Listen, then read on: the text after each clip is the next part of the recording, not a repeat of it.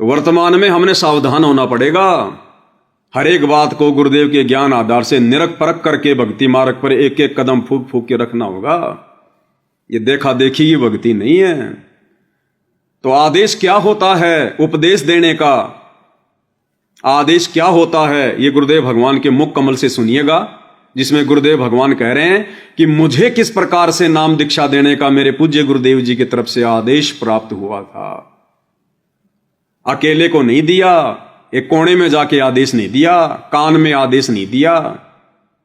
जिस प्रकार वर्तमान में कह रहे हैं भाई हम गुरुजी से गए थे मिलने के लिए और गुरुजी ने आदेश दे दिया। गुरुदेव कह रहे हैं सारी संगत के सामने कि आज के बाद ये रामपाल नाम उपदेश दिया करेगा। भाई सारी संगत को कह दिया था। वो होता है गुरुजी की तरफ से आदेश देना। उसके बाद में गुरुदेव भगवान ने कहा कि मैंने उपदेश देना शुरू किया, अन्यथा ये उपदेश देना तो कांटों की सेज पर सोना है, कांटों की सेज पर। दूसरों के भार को अपने सिर पर रखना है जब तक गुरु का आदेश नहीं है। तो क्या कह रहे हैं परमात्मा। सन 1994 के अंदर गुरुदेव ने, मैं कुछ भक्तों को नाम दिलाने लेकर गया था। ऐसे बैठे थे बरंडे में, सामने सैकड़ों भक्त विद्वान थे। उस समय मेरे पूज्य गुरुदेव जी की आयु लगभग 105-6 वर्ष की हो चुकी थी और इतना सुंदर चेहरा था, लाल शरीर था। 104 वर्ष की आयु में उनका चेहरा देखने योग्य था, वृद्ध अवश्य हो गई थी। और एकदम कहा कि रामपाल इधर आ। मैं बहुत पीछे बैठा था, दास की हिम्मत नहीं होती थी उनके सामने, क्यों डर लगता था कि सतगुरु के दरबार में मेरी थर थर कांपे दे और ना जाने किसी बात पर मारा टूट न जावे ने, कोई ऐसी गतिविधि ना हो जाए जिससे गुरु जी शुद्ध हो जाए। इसलिए दास बहुत डर कर रहता था। नाम देने वाले आगे बैठे थे, दास बहुत पीछे बैठा था। और भी बहुत से नाम लेने वाले, दीक्षा लेने वाले आए हुए थे और दास भी 5-7 को लेकर गया था, वो भी उन्हीं में विराजमान थे। मुझे पुकारा में आगे चला गया, बैठ जा, और कहा कि आज के बाद तू उपदेश दिया करेगा, और कहा कि आज के बाद तू उपदेश दिया करेगा, सुन लो, और कहा कि आज के बाद तू उपदेश दिया करेगा। और वहां उपस्थित सैकड़ों तो उपदेश लेने वाले थे और भी बहुत उनके पुराने शिष्य भी थे। सबसे बोल दिया कि आज के बाद मैं किसी का गुरु नहीं, और ये सब के गुरु हैं, इनसे दीक्षा लो। आ गया समझ में। जिस दिन गुरु अपने शिष्य को नाम उपदेश देने का आदेश देता है, उस दिन के बाद गुरु नाम उपदेश करना छोड़ देता है। अन्यथा गुरु भी नाम दे रहा है और चेला भी नाम दे रहा है, तो गुरु चेले दोनों तो फिर एक ही कैटेगरी में आ गए। जिस दिन गुरु अपने शिष्य को नाम उपदेश देने के लिए अधिकारी बनाता है, उस दिन से गुरु फिर नाम उपदेश नहीं करता। जैसे कोई राजा महाराजा जब अपने बेटे को उत्तराधिकारी बनाता है, तो फिर वो बाप राजा नहीं कहलाता। उस दिन के बाद वो रिटायरमेंट ले लेता है, बैठ जाता फिर वो। तो गुरुदेव भगवान क्या कह रहे हैं कि सैकड़ों की संख्या में भगत बैठे थे और मेरे को बुलाया और सबके सामने कहा कि आज के बाद मैं किसी का गुरु नहीं। और आज के बाद पूज्य गुरुदेव जी का नाम लेकर कहा कि ये तुम सबके गुरु हैं, ये आज के बाद में नाम उपदेश करेंगे। और दादा गुरुदेव ने उसी दिन से नाम उपदेश करना बंद कर दिया, क्योंकि गुरु चेला दोनों साथ साथ उपदेश नहीं देते। तो इसी प्रकार भाइयों और बहनों, गुरुदेव ने जो कहा वो परम सत्य, कि सीढ़ी से नाम उपदेश करने की जो प्रक्रिया है वो इस दास के सतलोक जाने के बाद की है। क्या कहा गुरुदेव ने कि जब मैं सतलोक को चला जाऊंगा उसके बाद में डीवीडी से नाम उपदेश दिया जाया करेगा, फिर सार नाम भी इसी प्रकार से दिया जाया करेगा। दास के सतलोक जाने के बाद व्यवस्था की जाएगी। क्योंकि सतलोक जाने के बाद फिर गुरुदेव भगवान तो रहेंगे ही नहीं गुरु पद पर, फिर अपने किसी सुयोग्य शिष्य को आदेश देकर जाएंगे कि बेटा अब तू डीवीडी से उपदेश दिलवाया कर। सुन लो पहले गुरुदेव भगवान के मुख कमल से। अब भक्ति तो ये दास कराएगा आपको भगवान की दी हुई। जो सौभाग्यशाली और अच्छी तरह ज्ञान को समझेंगे वो तो सतलोक चले जाएंगे। ये दिक्कत आओगी लास्ट के दिनों में, यानी हजारों वर्ष ये ज्ञान चलेगा, हजारों वर्ष ये साइंस की ये विद्या चलेगी, जो ये टीवी है और ये चिप है, मोबाइल है, इनके माध्यम से ये ज्ञान दिया जाएगा। दास तो चला जाएगा सतलोक, ये 5 तत्वों का शरीर छोड़कर, लेकिन ये इलेक्ट्रॉनिक शरीर रहेगा भी दास का, ये नूरी शरीर रहेगा। टीवी पर चला करेगा, नाम दिया करेंगे, नाम चलेगा। ऐसे तो फिर सारा नाम भी टीवी सीडी से दिया जाएगा। दास के जाने के बाद व्यवस्था की जाएगी। क्या कह रहे गुरुदेव? दास के जाने के बाद व्यवस्था की जाएगी। फिर वर्तमान में किसने व्यवस्था कर रखी भाई? गुरुदेव तो कह रहे मेरे सतलोक जाने के बाद में टीवी से डीवीडी से नाम दीक्षा दी जाएगी। फिर इसी प्रकार सार नाम भी टीवी से डीवीडी से दिया जाएगा। दास के सतलोक जाने के बाद व्यवस्था की जाएगी। एक बार फिर से सुन लो। क्या करेंगे, नाम चलेगा। ऐसे तो फिर सार नाम भी टीवी सीडी से दिया जाएगा। दास के जाने के बाद व्यवस्था की जाएगी। तो भाई और बहनों, ये है रियल में विधि। अब बताओ, जिस विधि से पूज्य गुरुदेव सतगुरु रामपाल जी परमेश्वर जी ने एक भगत की भूमिका करते हुए और नाम उपदेश देने का आदेश प्राप्त किया, क्या इस विधि अनुसार वर्तमान में ये जितने भी नाम दीक्षा केंद्र खुले हुए हैं 500 या 600 देश विदेश में, और वहां जो भगत भाई बहन बैठकर डीवीडी से उपदेश दिलवा रहे हैं, क्या उन्होंने कभी अपने गुरुदेव भगवान से इस प्रकार से आदेश प्राप्त किया? अरे गुरुदेव भगवान तो उनके नाम भी नहीं जानते, उनकी शकल भी नहीं देखी, ना उन भक्तों ने गुरु की शकल देखी अभी तक, और ना गुरु ने उन भक्तों की शकल देखी जिन्होंने 2014 बरवाला कांड के बाद उपदेश लिया और आज वर्तमान में वो नाम उपदेश दिलवा रहे हैं। ना गुरु ने उनकी शकल देखी और ना उन्होंने अपने गुरु की साक्षात अभी तक कोई शकल देखी। ना गुरु ने उनसे बात की, ना उन्होंने अपने गुरु से बात की। और गुरु के जेल जाने के बाद जिन्होंने दीक्षा ली, आज वो डीवीडी से लोगों को नाम उपदेश दिलवा रहे हैं। ये सिस्टम है इनका वर्तमान का। अरे गुरु अगर आदेश भी देंगे डीवीडी से उपदेश दिलवाने का तो किसी एक को देंगे, एक को, हजारों को नहीं देंगे। अधिकारी एक ही होता है, एक। और इनके तो ये कहते हैं हमारे 600 नामदान सेंटर हैं और एक नामदान सेंटर पर कोई 5 सेवादार हैं नाम उपदेश दिलवाने वाले, 5। तो 6 गुणा 5 देख लो कितने हो गए, 3000 सेवादार हो गए, 3000। तो वर्तमान में 3000 लोग डीवीडी से नाम उपदेश दिलवा रहे हैं। अब उन 3000 में से 3 व्यक्ति भी आपको ऐसे नहीं मिलेंगे जो ये कह सकें कि मुझे गुरुजी ने उपदेश दिया है या मैंने गुरुजी से हिसार जेल में जाकर उपदेश दिलवाने की सेवा प्राप्त की है। उन 3000 में आपको 3 भी नहीं मिलेंगे। और उन 3000 में 3 भगत भी ऐसे नहीं है जो मर्यादा में हो, जो मर्यादा में हो। अब बताओ, डीवीडी से उपदेश दिलवाने वाला जब खुद ही मर्यादा में नहीं है, गुरु आज्ञा में नहीं है, गुरु वचन में नहीं है, गुरु के परिवार ने कह दिया और इन्होंने लेकर लैपटॉप डाल के उसके अंदर 200 रुपए का मेमोरी कार्ड और दुकान खोल ली, लोगों को उपदेश दिलवाना शुरू कर दिया, तो आगे उपदेश लेने वालों पर कैसे असर होगा? कैसे उनकी भक्ति कमाई उनके भक्ति वाले खाते में जुड़ेगी?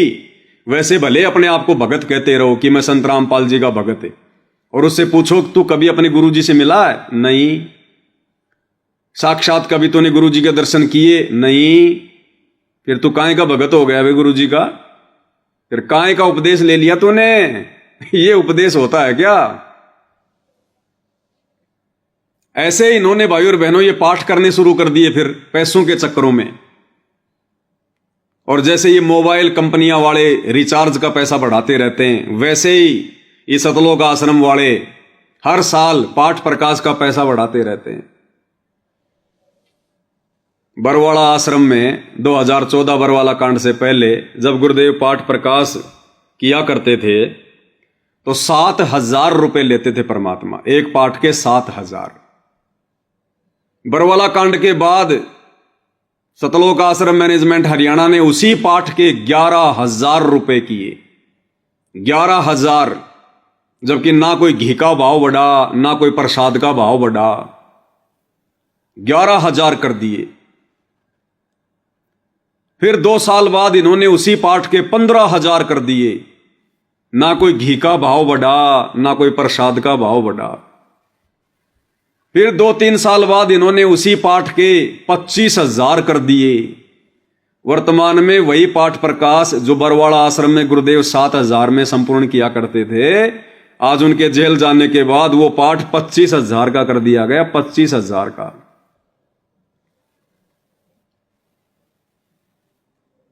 और पाठी जैसे नाम दीक्षा दिलवाने के लिए मनमुखी रूप से लोगों की फौज खड़ी कर रखी है, वैसे ही उन आश्रमों में पाठ करवाने वालों की फौज खड़ी कर रखी है। मर्यादा में कोई नहीं है। अब बताओ, उन लोगों के द्वारा करवाया गया पाठ आप भाई बहनों को कैसे लाभ देगा? उल्टा नुकसान देगा, नुकसान। और इनके पाठी कैसे हैं, आपको एक छोटी सी झलक दिखा देता हूं। इनके पाठी कितने अधीन हैं, इनके पाठियों में कितनी दया भाव है, इनके पाठी कितने विनम्र हैं, इनके पाठियों में कितनी भक्ति है, इनके पाठी किस लेवल के भगत हैं। क्योंकि आदरणीय गरीबदास जी महाराज जी की वाणियों को पढ़ने वाला भी गुरुदेव भगवान ने बताया कि उतना ही महापुरुष होना चाहिए जितना गरीबदास जी थे। तो गरीबदास जी तो खुद परमात्मा थे, तो इन वाणियों को केवल परमात्मा ही कर सकता है पाठ के रूप में। जीव पाठ नहीं कर सकता। जीव को पाठ करने के लिए तो गुरु जी ने 3 समय की आरती बना के दे रखी है। उस ग्रंथ को छूने का भी अधिकारी नहीं है जीव, छूने का भी अधिकारी। और आज उस सदग्रंथ साहिब का पाठ कौन कर रहा है? गुंडे आदमी पाठ कर रहे हैं, गुंडे, बकवादी, लड़ाई झगड़ा करने वाले, मारपीट करने वाले, मां बहन की गालियां निकालने वाले, गुस्सा जिनकी नाक पे बैठा हुआ है, शैतान जिनकी खोपड़ी पर बैठा हुआ है, भगत का जिनमें एक भी लक्षण नहीं है, आज वो लोग आदरणीय गरीबदास जी की पवित्र वाणियों का पाठ कर रहे हैं। ये छोटा सा वीडियो दिखाता हूं भाई और बहनों आपको, इनके पाठी कैसे हैं। परमात्मा कहते हैं जब किसी व्यापारी ने 100 बोरी गेहूं का सौदा करना होता है तो वो 100 बोरियों को खोल खोल के नहीं देखता। वो क्या करता है? वो परखी मार के देखता है। परखी क्या होती है? एक लोहे का एक खुरपा सा होता है, आगे से बिल्कुल पहना, और उसको वो अनाज की बोरी में मारता है और वापस खींचता है तो मुट्ठी भर गेहूं उसमें आ जाता है, उस परखी में। और वो व्यापारी चेक कर लेता है 2, 4, 5 उन बोरियों में परखी मार मार के वो चेक कर लेता कि बाकी बोरियों में किस क्वालिटी का माल है। सबको खोल खोल के नहीं देखता। तो आपको इन सतलोक आश्रमों के एक पाठी आपको उसका चरित्र बता देते हैं, उसके लक्षण बता देते हैं, उसका व्यवहार बता देते हैं। बाकी फिर आप खुद ही निर्णय कर लेना। फिर देश विदेश में इन्होंने जितने भी सतलोक आश्रम बना रखे हैं और जितने भी लोग उन आश्रमों में पाठ करते हैं, उनका क्या आचरण होगा, वो कितने एक महापुरुष होंगे। तो एक छोटा सा वीडियो आपको दिखा रहा हूं भाई और बहनों। अभी 12 अगस्त 2025 को मुझ पवन दास की हिसार कोर्ट में तारीख थी। मुकदमा 420 का, जो इन सतलोक आश्रम वालों ने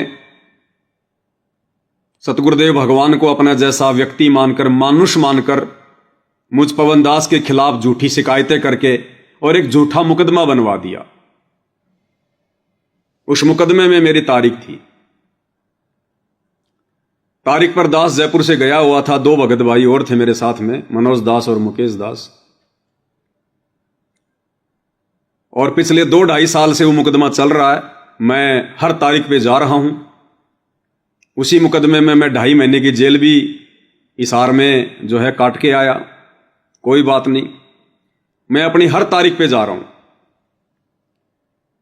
अब वो मुकदमा वो गवाही पे आ गया और इन्होंने झूठे गवाह लिखवा रखे हैं, झूठे गवाह, जिनमें एक गवाह चांद राठी है, सतलोक आश्रम का मीडिया प्रभारी चांद राठी। वो चांद राठी भी उसमें गवाह है। उस दिन चांद राठी ने गवाही देने के लिए आना था। अब झूठा आदमी गवाही क्या देगा? तो उसने मेरे वकील के सामने ऑप्शन रखा कि उस पवन दास से कह देना कि हम उसके साथ में कॉम्प्रोमाइज करना चाहते हैं, यानी कॉम्प्रोमाइज करके मेरा नाम हटवा दे, गवाही से मेरा नाम हटवा दे। हम केस को समाप्त करना चाहते हैं, कॉम्प्रोमाइज करना चाहते हैं। तो वकील ने मुझे यह बात कही तो मैंने वकील को मना कर दिया कि भैया मैं तो कॉम्प्रोमाइज नहीं करूंगा। मैं क्यों कॉम्प्रोमाइज करूं? मैं गलत थोड़ी हूं। जब मैं जेल काट के आ चुका हूं 2.5 महीने की इसी मुकदमे में, 2.5 साल से मैं दुखी हो रहा हूं। अपना काम धंधा छोड़ के मैं तारीखों पे आ रहा हूं। आने जाने में मेरा कितना पैसा बर्बाद हो रहा है। तो अब तो मुकदमा पूरा ही लड़ेंगे। तो इस बात से दुखी होकर कि पवन दास ने हमारी बात क्यों नहीं मानी, उस चांद राठी ने गुंडों की टीम बुला ली हिसार में, गुंडों की टीम, और मुझे वहां कोर्ट में बैठाए रखा जब तक वो गुंडों की टीम नहीं आ गई। और गुंडों का मुखिया बन के कौन आया? बसंत सैनी। सन 2000 में संत रामपाल जी से नाम उपदेश लिया। गांव गांधरा, जिला रोहतक का रहने वाला, उसका पूरा परिवार उपदेशी है। उस बसंत सैनी को सारनाम भी मिला हुआ है, सौर शब्द भी मिला हुआ है। और रोहतक के सिंहपुरा आश्रम में वो बसंत सैनी भक्तों को सारनाम दिया करता था। ऐसी महान आत्मा, ऐसी आदरणीय आत्मा, क्योंकि सारनाम लेने के बाद तो आदमी जीवित मर जाता है। चाहे उसे कोई गालियां दो, चाहे उसे कोई गुंडा कहो, चाहे बुंडा कहो, उसे कोई फर्क नहीं पड़ता। वह अधीन हो जाता, अधीन। उसमें भक्ति का वजन बढ़ जाता है। परमात्मा कहते हैं जिस प्रकार जब सरसों की फली में दाने आ जाते हैं तो वजन के कारण वो फलियां नीचे झुक जाती हैं, जमीन को छूने लगती हैं। तो इसी प्रकार वो जो बसंत सैनी है उसमें तो भाई सारनाम ले रखा है, सार शब्द ले रखा है। सन 2000 में उपदेश लिया था, 26 साल हो गई। गुरुजी के साथ में रहा करता था। और उसने तो अपनी आत्मा के कल्याण के लिए अपनी शादी भी नहीं करवाई कि शादी करवाऊंगा तो मैं तो यहीं फंस जाऊंगा। रंडक भंडक है, कंवारा। वो बसंत सैनी आ गया गुंडों की टीम लेकर, गुंडों का मुखिया बनकर, मुझ पवन दास को जान से मारने के लिए, मर्डर करने के लिए। और चांद राठी ने बुलवा लिया। और हिसार कोर्ट के बाहर मेरे साथ में जो 2 भगत भाई थे, क्योंकि मैं तो किसी दूसरे मुकदमे में, जो कि उसी चांद राठी ने लगा रखा है, उस दूसरे मुकदमे में मुझे तो झज्जर की पुलिस ले गई उस दिन। और पीछे बच गए वो 2 भाई, वो अपना जयपुर वापस जाने की तैयारी कर रहे थे। तो चांद राठी के कहने से सार शब्द प्राप्त, सार नामी प्राप्त, सतलोक आश्रमों में पाठ प्रकाश करने वाले भगतों के भगत, महाभगत बसंत सैनी जी अपनी गुंडों की टीम लेकर आ गए। और उन दोनों भक्तों की उन्होंने बेरहमी से पिटाई की, बेरहमी से। वो तो शुक्र था कि एक पेट्रोल पंप के पास इन्होंने वो पिटाई करी और वो सीसीटीवी वीडियो हमारे हाथ लग गया। नहीं तो ऐसी महान आत्मा बसंत सैनी पर कौन यकीन करे कि अरे झूठ बोलते हैं सत्सेवक। बसंत सैनी जैसी महान आत्मा, बस उसका तो एक पैर सतलोक में है और एक पैर धरती पर है। वो आत्मा कैसे, वो तो उंगली भी नहीं उठा सकता किसी पर, वो तो पाठ करता आश्रम में, क्योंकि भक्तों में तो वो देवता बन के बैठा हुआ, देवता बन के। तो वो तो कैमरे की मेहरबानी जो गुरुदेव भगवान ने कैप्चर करवा दिया, और उस बसंत सैनी का वो कुचरित्र, वो काला चेहरा संगत के सामने आ गया। अभी आपको दिखाते हैं उसका वो वीडियो, और उससे पहले गुरुदेव भगवान क्या कह रहे हैं। परमात्मा हमें सत्संग में बताते हैं कि काजी कलमा पढ़त है और बाचे फेर कुरान, और गरीब दास इस जुल्म से तेरे डूबे दोनों जिहान। यानी एक तरफ तो वो काजी कहलाता है, काजी यानी धर्म का ठेकेदार, जैसे हिंदू धर्म में ब्राह्मण पंडित, ऐसे मुसलमान धर्म में काजी, मुल्ला, मौलवी वो धर्म के सर्वश्रेष्ठ व्यक्ति होते हैं। तो परमात्मा कहते हैं एक तरफ तो नादान तू बकरा काट रहा है, और बकरा काटते समय तू जो है कलमा पढ़ रहा है, उस भगवान का नाम ले रहा है, तू ये कुरान शरीफ पढ़ रहा है, ये पवित्र पुस्तक तू पढ़ रहा है, और बकरे की तू गर्दन भी काट रहा है। कहते हैं ऐसा कर्म करने से तेरे दोनों जहान डूबेंगे, तेरा लोक और परलोक दोनों नरक बनेंगे। क्या कह रहे हैं परमात्मा। अजी कलमा पढ़त है, बच्चे फिर कुरान है, गरीबदास इस जुल्म से तेरे डूबे दोनों जिहान। एक तरफ तो तू कलमा पढ़ बकरे और मुर्गियां का जो है ना गऊ का की गर्दन काटे, और फिर पवित्र पुस्तक को लेके फिर उसने पढ़े, क्यों ड्रामा कर रहे हैं, ड्रामा। ऐसा घोर पाप करके फिर पवित्रता कहां रही तेरे अंदर। तो इसी प्रकार भाई और बहनों, एक तरफ तो ये बसंत सैनी इन सतलोक आश्रमों में उस पवित्र सदग्रंथ का पाठ कर रहा है, उस पवित्र पुस्तक का पाठ कर रहा है, और दूसरी तरफ भक्तों को लात घूंसों से मार रहा है, कोड़ियों से मार रहा है, रोड पर पटक कर। उन भक्तों को जो परमात्मा के बहुत निकट हैं, जो शास्त्र अनुकूल सत भक्ति कर रहे हैं, रियल में जिनको ब्राह्मण कह सकते हैं, जिनको पंडित कह सकते हैं, उन आत्माओं को सरेआम रोड पर पटक कर जानवर की तरह मार रहा है। तो परमात्मा कहते हैं नादानों क्यों ड्रामा कर रहे हो तुम। एक तरफ तो उस पवित्र पुस्तक को पढ़ रहे हो, तुम पाठ कर रहे हो, और दूसरी तरफ परमात्मा की आत्माओं को मार रहे हो। मूर्खों क्यों ड्रामा कर रहे हो तुम किसको धोखा दे रहे हो, अपने को या भगवान को। तो अब उसका वीडियो दिखाते हैं भाई और बहनों, आपको देखिएगा। ये बसंत सैनी जी हैं, ये पाठ कर रहे हैं सतलोक आश्रम में बैठकर आदरणीय गरीबदास जी की अमृत वाणियों का। रंकार रंग भिन्निया आनंदी अनुरागे, राम रसायन पीवते मिटे दिलों के दागे। गरीबे पट पट करे सो भूत है, थोड़ा बोले देवे, मान में चाहे नहीं ये लक्षण लग लेवे। और अब आपको ये वीडियो देखिएगा। एक तरफ तो ये पाठ पढ़ रहा है, इसका पाठ पढ़ते हुए की आप वाणियां सुनते जाइएगा, और दूसरी तरफ ये हिसार का पेट्रोल पंप, हिसार कोर्ट के जस्ट पास में इंडियन पेट्रोल पंप है, नेशनल फिलिंग स्टेशन। मिस्टर विकास वहां के मैनेजर हैं, और ये जो कोने में जो ये खड़ा हुआ है व्यक्ति, जो ये लास्ट में ये कोने में नीली नीली शर्ट पहनकर, ये है बसंत सैनी। और दो भगत जयपुर से, मुकेश दास और मनोज दास। अब देखना उन दोनों भगतों की ये बसंत सैनी किस प्रकार से ठुकाई कर रहा है। दस इंद्रित लारे लगे 2500 प्रभावे, 3 गुण सेवन करे तुरिया पद में आवे।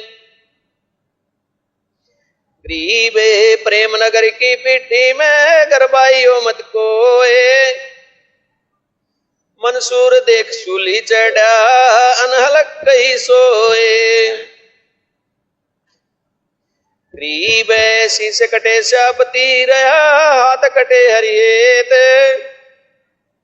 मंसूर सदा मसूर है अजब अमर का अजर अमर है केत गरीब राम नाम निज सारे है राम नाम निज मूल राम नाम सोदा करो राम नाम नहीं भूले गरीब प्याला पियन प्रेम का झूठी देख लो, वो मुकेश दास को 4-5 जने मिलकर और वो बसंत सैनी जो नीली टी शर्ट में, देखो किस प्रकार से वो कोणी मार रहा है, किस प्रकार से मुकेश दास की पीठ पे कोणी मार रहा है वो बसंत सैनी पीछे गाड़ी के पास में। ये है जो पाठ कर रहा है जिसकी आप ये आवाज सुन रहे हैं। ऊंचाटे ना जानो क्या होएगा जो गए कलाली हाटे गरीब अनहलक हरि से मिली दूसरी रही न दे है राम रसायन भर पिया प्यालों के गुण ये हैं गरीब मंसूर मस्त मस्त क्यों हुई गया शरीर फांसी परवेश जा पर नौबत यह हुई कैसा है वह देश गरीब जरबरी कोयला हो गया मतवाला मंसूर इश्क लगाया रब से प्रेम नगर घर दूर। मंसूर जी की वाणियां बोल रहा है, मंसूर जी की वाणियां। तो ये हैं भाई और बहनों इनके पाठी, गुंडे लोग बैठे, गुंडे बदमाश, जो भक्ति और भगवान के आसपास भी नहीं है, केवल नाम के भगत हैं। तो ऐसे इन गुंडों से करवाया गया पाठ 25,000 क्या, चाहे तुम 25 लाख रुपए दे दो तो भी तुम्हें नुकसान ही देगा समय आने पर। ये परीक्षा चल रही है, हमारी परीक्षा। ये परमात्मा है, ये किसी का बैठाया हुआ हिसार जेल में नहीं बैठा है। ये हम नीचों को अपनी औकात याद दिलाने के लिए जेल में बैठा है कि हम किस स्तर के भगत हैं, बने कि नहीं बने। तो मंसूर जी की वाणियां पढ़ रहा है बसंत सैनी कि मंसूर मस्त क्यों हो गया, और इधर भगत भाई बहनों को किस प्रकार से कोड़ियों से मार रहा है, जूतों से मार रहा है। मूर्ख व्यक्ति यह भी नहीं सोच रहा कि कल को इस बात का पता चलेगा तो बदनामी किसकी होगी, सतगुरु रामपाल जी परमेश्वर जी की होगी। मंसूर की वाणियां पढ़ रहा है। अरे थोड़ी सी शिक्षा भी ले लेता मंसूर से, शिक्षा भी ले लेता भाई। जब मंसूर को दुनिया वाले पत्थर मार रहे थे वो हंस रहा था, और जब उसकी बहन ने, उसकी गुरु बहन ने, सिमली ने लोक लाज में आकर जब उसको फूल मार दिया तो मंसूर रोने लग गया। तो सिमली ने कहा, रे भाई दुनिया वाले तेरे को पत्थर मार रहे थे तब तो तू हंस रहा था, और मैंने तो केवल तेरे को फूल मारा है, चोट भी नहीं लगी और तू रोने लग गया। तो मंसूर ने कहा, रे नालायक, अरे दुनिया वाले तो जानते नहीं कि मैं किसका भगत हूं, मैं किस रोग का मरीज हूं, मेरी धुन कहां लगी है। अरे नालायक, तुझे तो पता था, तेरे हाथ से फूल भी कैसे फेंका गया। तू भगत नहीं है, तू नौटंकी कर रही है, नौटंकी भगत नहीं है तू। तो वाणियां पढ़ रहा है मंसूर की और भक्तों को लठ मार रहा है, भक्तों को जूतों से मार रहा है। इसलिए परमात्मा कहते हैं, करणी तज कथनी कथय अज्ञानी दिन रात, और कुत्ते ज्यों भौंकत फिरे सुनी सुनाई बात।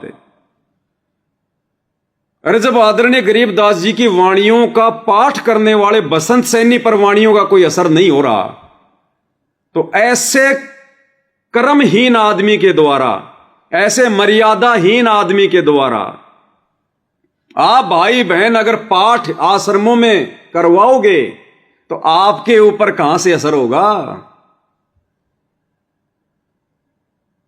अभी आने वाले समय में पता चलेगा, युग परिवर्तन के दौरान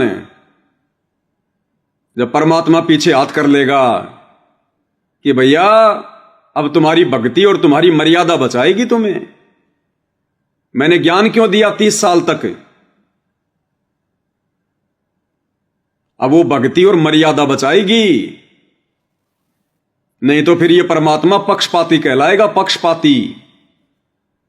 फिर तो हम सत्सेवकों को भी बचाना पड़ेगा भाई। अगर मैनेजमेंट वालों की नजरों में हम सत्सेवक, अगर हम गुरुद्रोही हैं, हम गलत हैं, तो फिर तो भाई भगवान ने हमें भी बचाना पड़ेगा। फिर तो जगत वालों को भी भगवान ने बचाना पड़ेगा। जो कसाई बकरे काट रहा है उसको भी बचाना पड़ेगा। जो दारू का ठेका खोल के बैठ रखा है उसको भी बचाना पड़ेगा, क्योंकि वही कर्म ये आश्रम वाले कर रहे हैं। ये पाठी होकर गुंडई कर रहा है, मां बहन की गालियां निकाल रहा है भक्तों को, अपने गुरु भाइयों को पीट रहा है। अगर ऐसे लोगों की परमात्मा रक्षा करेगा या ऐसे लोगों के द्वारा करवाए गए उस पाठ में जाकर सहयोग करेंगे, तो वे फिर तो परमात्मा ने सबकी रक्षा करनी पड़ेगी, फिर तो जगत वालों की भी करनी पड़ेगी। और फिर भक्ति कौन करेगा आने वाले समय में? कि क्या फायदा फिर इस भक्ति का, मर्यादा निभाने का? जो मर्यादा तोड़ रहे हैं उनकी भी संत रामपाल जी रक्षा कर रहे हैं, जो मर्यादाओं में रह रहे हैं उनकी भी रक्षा कर रहे हैं। तो क्या फायदा फिर मर्यादा में रहने का, क्या फायदा फिर नियम निभाने का? तो ये अब पता चलेगा। अभी तक तो इनकी बैटरी चल रही है, इनकी बैटरी चल रही है। जो थोड़ी बहुत भक्ति इन्होंने मर्यादा में रहकर कभी गुरु जी की शरण में की है ना, जो दान धर्म किया है, वो व्यर्थ नहीं जाता। अभी इनकी बैटरी चार्ज है, वो चल रही है। लेकिन अब ये पंगा ले रहे हैं भगवान से, डायरेक्ट भगवान के बच्चों को मारकर भगवान से पंगा ले रहे हैं। अब ये अपने ही गुरु भाइयों पर, भगवान के बच्चों पर झूठे मुकदमे लगाकर ये डायरेक्ट सतगुरु रामपाल जी भगवान से पंगा ले रहे हैं। ये परमात्मा कहते हैं ना, कबीरा मेरे भगत को दुख ना दीजिए कोई, मेरा भगत दुखी तो मैं दुखी, मेरा आपा भी दुखी होए।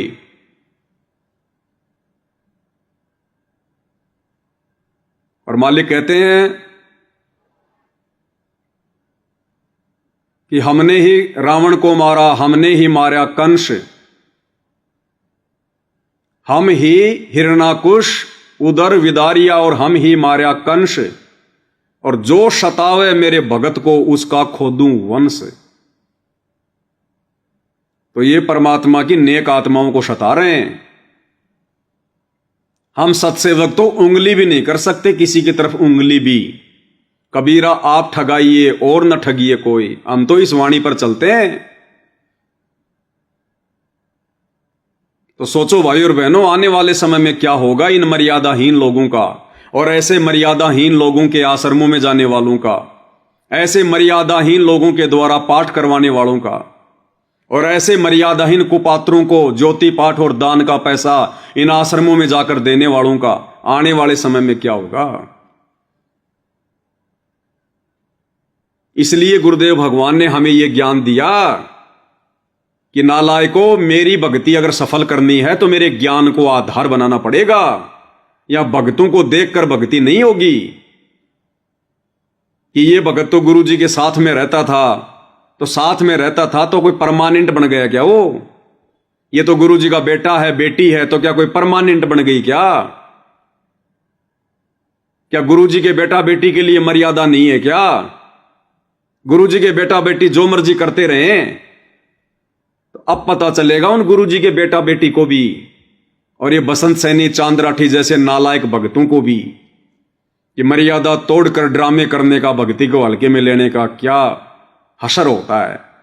जब आने वाले युग परिवर्तन के समय में जब इनकी दुर्गतियां होंगी, तब पता चलेगा इनको कि सत्सेवक क्यों बेचारे मार खा रहे थे, सत्सेवक क्यों झूठे मुकदमे झेल रहे थे। तुम्हारी मार खाकर, तुम्हारी गालियां खाकर, तुम्हारे झूठे मुकदमे झेलकर जेल जाकर भी तुम्हारे खिलाफ एक शब्द भी नहीं बोल रहे थे, वो कोई गाली यूज नहीं कर रहे थे, तुम्हारे से कोई द्वेष नहीं कर रहे थे, कोई नफरत नहीं कर रहे थे, क्योंकि सत्सेवकों को परमात्मा के विधान का पता, विधान का। कि अगर किसी सूअर ने, जो गंदगी में पड़ा हुआ है, उस सूअर ने अगर अपनी पूंछ से झपट्टा मारकर अगर राह चलते व्यक्ति को गंदा कर दिया, और वो व्यक्ति भी अगर उस सूअर को गंदा करने के लिए उस कीचड़ में कूद पड़े, तो फिर दोनों में क्या अंतर? दोनों सूअर हो गए वो तो। अरे सूअर का तो काम है गंदगी में रहना, कीचड़ में रहना, लोगों को गंदा करना, और वो व्यक्ति भी अगर उन छींटों की परवाह करे और कीचड़ में उतरकर हाथ में कीचड़ लेकर और सूअर के ऊपर डाले, तो क्या फायदा? वो तो मूर्खता है। वो तो वैसे ही कीचड़ में सना हुआ है, उसको और क्या कीचड़ में सनोगे? उसको कीचड़ में सड़ने के दौरान तुम खुद ही कीचड़ में भरोगे। तो सत्सेवक ऐसी गलती नहीं कर सकते। परमात्मा के ज्ञान को आधार बना चुकी आत्मा ऐसी गलती नहीं कर सकती। हम मार खा सकते हैं, गालियां खा लेंगे, परेशानियां झेल लेंगे, लेकिन अपने गुरुजी को नाराज नहीं करेंगे, अपने भगवान का विधान नहीं तोड़ेंगे हम। इसलिए भाई और बहनों, एक कहावत है जो कि परम सत्य है